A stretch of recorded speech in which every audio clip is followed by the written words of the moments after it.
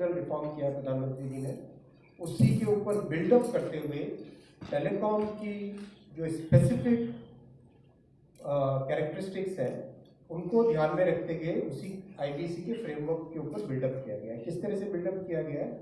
Spectrum का nature बाकी assets से थोड़ा सा अलग है। कैसे? मान लीजिए कोई मशीन एक एसेट है, मशीन की एक लाइफ होती है कि भाई 10 साल के बाद में मशीन की लाइफ खत्म हुई, या मान लीजिए कोई बिल्डिंग बनती है तो over a period of time building का डिटीरियोरेशन होता है, बिल्डिंग में मेंटेनेंस की जरूरत पड़ती है।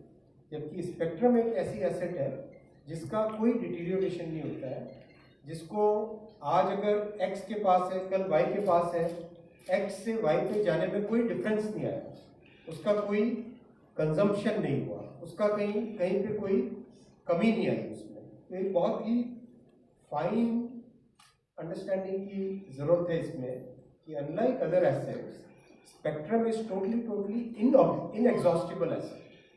ये एक ऐसी रिसोर्स है जो इनएग्जॉस्टिबल रिसोर्स है। जब से ब्रह्मांड की सृष्टि हुई है तब से स्पेक्ट्रम वैसा के वैसा है, कोई उसमें चेंज नहीं आया है। एग्जैक्टली आज से 10 लाख साल के बाद में भी जो आज का स्पेक्ट्रम है जैसा है वैसा के वैसा रहेगा। So that's something very unique to telecom as an asset class. उस चीज़ को ध्यान में रखते हुए सारा फोकस है कि सर्विसेज की कंटिन्यूटी होनी चाहिए।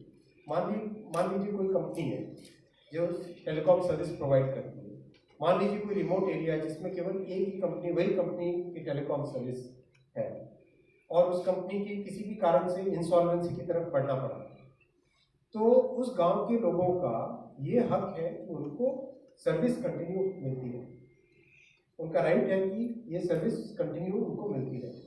उस पॉइंट ऑफ व्यू से सर्विस की कंटिन्यूटी को ध्यान में रखते हुए स्पेशल प्रोविजंस किए गए जो कि आईबीसी के ऊपर बिल्ड करते हैं, आईबीसी को अमेंड नहीं कर रहे, आईबीसी के ऊपर बिल्ड कर रहे हैं, राइट, आईबीसी को एनहांस कर रहे हैं, इंसॉल्वेंसी एंड बैंक्रप्सी फ्रेमवर्क को एनहांस कर रहे हैं।